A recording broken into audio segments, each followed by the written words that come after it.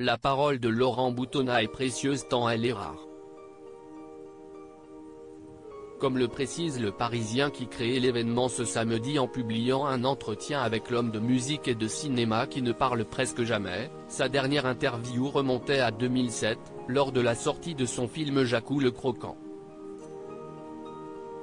Le défunt Gaspard Ulliel, qui aurait eu 38 ans hier, incarnait le fameux Jacou aux côtés d'Albert Dupontel, son père dans le film, et de Marie-Josée Croze dans le rôle de sa mère. Mais parce que la sortie du nouvel album de Mylène Farmer, le 12e baptisé L'Emprise, est un événement, Laurent Boutonnat accompagne cette actualité forte en se livrant comme il ne fait donc jamais, ou tous les 15 ans. Le compositeur historique de Mylène Farmer, mais aussi celui qui a partagé sa vie amoureuse pendant plus de 15 ans, connaît la chanteuse de 61 ans mieux que personne. Si est pourquoi ces mots sont précieux, notamment lorsqu'il décrit sa première rencontre avec celle qui incarne le mystère par excellence.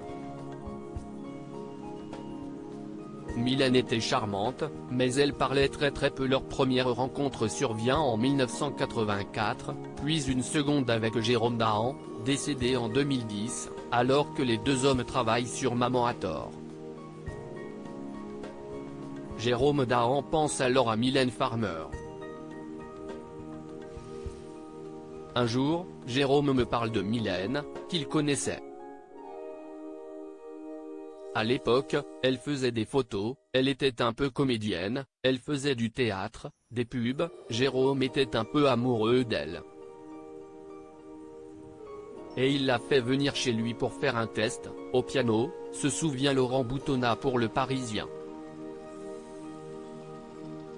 La rencontre avec la jeune femme intervient alors et le mystère l'englobait déjà. Mylène était charmante, mais elle parlait très peu, elle avait une étrangeté, elle était assez marquante dans ses silences. Elle était presque conforme à l'image de Maman a tort. Et finalement on a enregistré avec elle, confie Laurent Boutonnat. Le début d'une grande histoire professionnelle entre les deux artistes, mais pas que.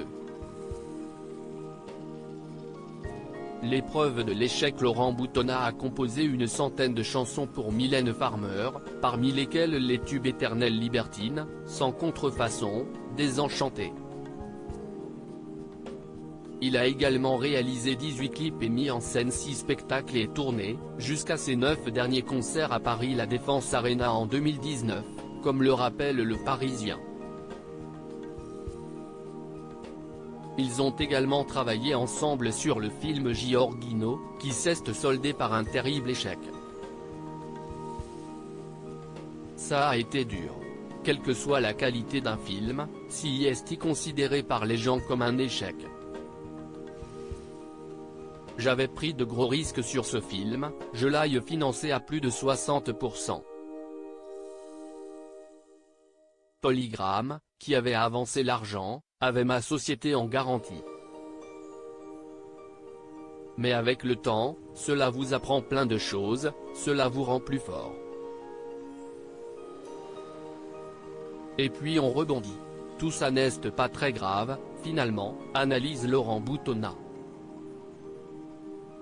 Suite à cet échec, Laurent Boutonnat et Mylène Farmer ont mis 10 ans à refaire un clip ensemble. Mylène Farmer est tombée amoureuse du réalisateur Benoît Di Sabatino avec qui elle est restée 20 ans et dont elle est séparée, et le cinéaste ne travaille pas sur les prochains shows de son ex-compagne.